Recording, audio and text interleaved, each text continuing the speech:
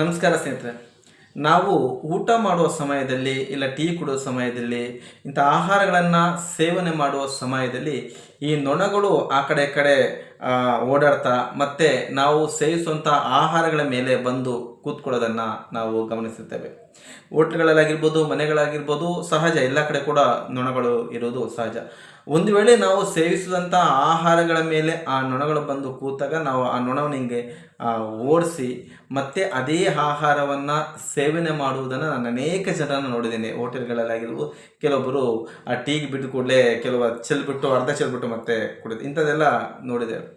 ಆದರೆ ಆ ನೊಣಗಳು ಯಾವ ರೀತಿ ಆಹಾರವನ್ನು ಸೇವನೆ ಮಾಡುತ್ತಂದರೆ, ನೀವು ಆಹಾರವನ್ನು ಯಾವ ರೀತಿ ಸೇವನೆ ಮಾಡ್ತೀವಿ ಆ ರೀತಿ ನೊಣಗಳ ಆಹಾರಗಳನ್ನು ಸೇವನೆ ಮಾಡಲ್ಲ.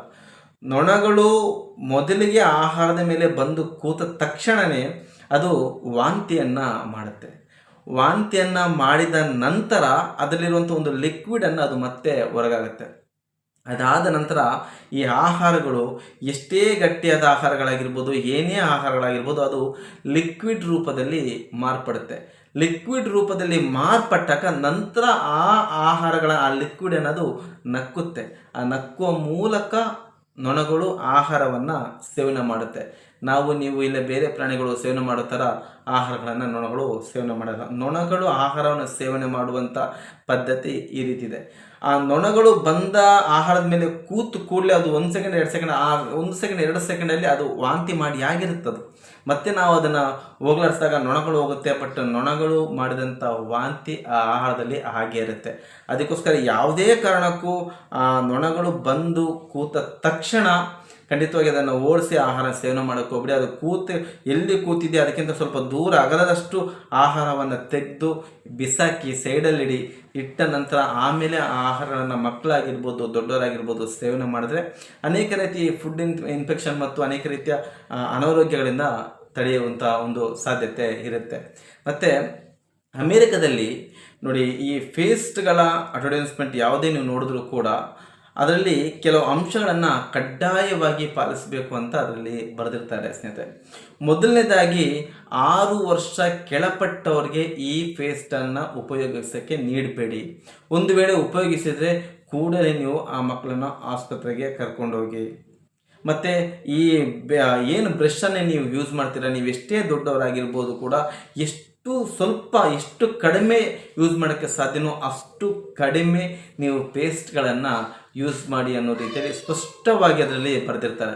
ಆದರೆ ನಮ್ಮ ಭಾರತದಲ್ಲಿ ಪೇಸ್ಟ್ಗಳ ಅಡ್ವರ್ಟೈಸ್ಮೆಂಟ್ ಬರುವಾಗ ಆ ಬ್ರಷ್ ಪೂರ್ತಿಯಾಗಿ ಚೆಲ್ಲುವವರೆಗೂ ಕೂಡ ಅದನ್ನು ತೋರಿಸುವಂಥ ಜಾಹೀರಾತುಗಳು ಟಿ ವಿಗಳಲ್ಲೆಲ್ಲ ನಾವು ನೋಡ್ತೇವೆ ಸ್ನೇಹಿತರೆ. ಇದು ಕಾನೂನು ಬಾಹಿರವಾಗಿರುತ್ತೆ. ಯಾಕಂದರೆ ಆ ರೀತಿ ಅದನ್ನು ತೋರಿಸಲೇಬಾರ್ದು. ಯಾಕಂದರೆ ಆ ಪೇಸ್ಟ್ನ ಅಂಶದಲ್ಲಿ ನಿರಂತರವಾಗಿ ಅದು ಸೇವನೆ ಮಾಡಿ ಅದು ಹೊಟ್ಟೆಯೊಳಗೆ ಏನಾದರೂ ಅದರ ಅಂಶಗಳು ಹೋಯಿತು ಅಂದರೆ ಅದರಿಂದ ಕ್ಯಾನ್ಸರ್ ಬರುವಂಥ ಸಾಧ್ಯತೆ ಅತಿ ಹೆಚ್ಚಿದೆ. ಕ್ಯಾನ್ಸರ್ ಬರುತ್ತೆ ಕೂಡ ಅಂಥ ಒಂದು ಕೆಮಿಕಲ್ಗಳನ್ನು ಅದಕ್ಕೆ ಬಳಸಿರ್ತಾರೆ. ಆದರೆ ಇದ್ರ ಬಗ್ಗೆ ನಮ್ಮ ನ್ಯಾಯಾಲಯಗಳಾಗಿರ್ಬೋದು ಇಲ್ಲ ಸರ್ಕಾರಗಳಾಗಿರ್ಬೋದು ಎಚ್ಚರಿಕೆಯನ್ನು ವಹಿಸಿ ಮುಂದಿನ ದಿನಗಳಲ್ಲಿ ಆ ರೀತಿ ಜಾಹೀರಾತುಗಳಲ್ಲಿ ಆ ಪೇಸ್ಟನ್ನು ತುಂಬ ಬ್ರಷ್ನ ಮೇಲೆ ಬಂದು ಮತ್ತು ಕೆಳಗೆ ಚೆಲ್ಲುವ ರೀತಿಯಲ್ಲಿ ಜಾಹೀರಾತುಗಳನ್ನು ತೋರಿಸಿ ಜನರು ಪ್ರತಿ ಸಲ ಪೇಸ್ಟ್ ಮಾಡುವಾಗ ಬ್ರಷನ್ನು ಮಾಡಬೇಕಾದ್ರೆ ಆ ಜಾಹೀರಾತು ಅವ್ರ ಮೈಂಡಿಗೆ ಹೋಗಿ ಆ ಪೇಸ್ಟನ್ನು ಅವರು ಕೂಡ ಅಷ್ಟೇ ಓದ್ತಾರೆ. ಕಂಪ್ಲೀಟಾಗಿ ಜಾಸ್ತಿ ನಿರಂತರವಾಗಿ ಪೇಸ್ಟನ್ನು ಉಪಯೋಗಿಸೋದ್ರಿಂದ ಅದು ಹೊಟ್ಟೆಯೊಳಗೆ ಹೋಗಿ ಕ್ಯಾನ್ಸರ್ ಬರುವಂಥ ಸಾಧ್ಯತೆಗಳು ಅತಿ ಹೆಚ್ಚಿದೆ. ಮುಂದಿನ ದಿನಗಳಲ್ಲಾದರೂ ಕೂಡ ಅದು ಜಾಹೀರಾತುಗಳಲ್ಲಾದರೂ ತಡೀಲಿ. ಸರ್ಕಾರಗಳು, ಕೋರ್ಟ್ಗಳು, ನ್ಯಾಯಾಲಯಗಳು ಅದಕ್ಕೆ ಬೇಕಾದಂಥ ಕ್ರಮಗಳನ್ನು ತರಲಿ ಅನ್ನೋದೇ ನನ್ನ ಉದ್ದೇಶ ಆಗಿದೆ.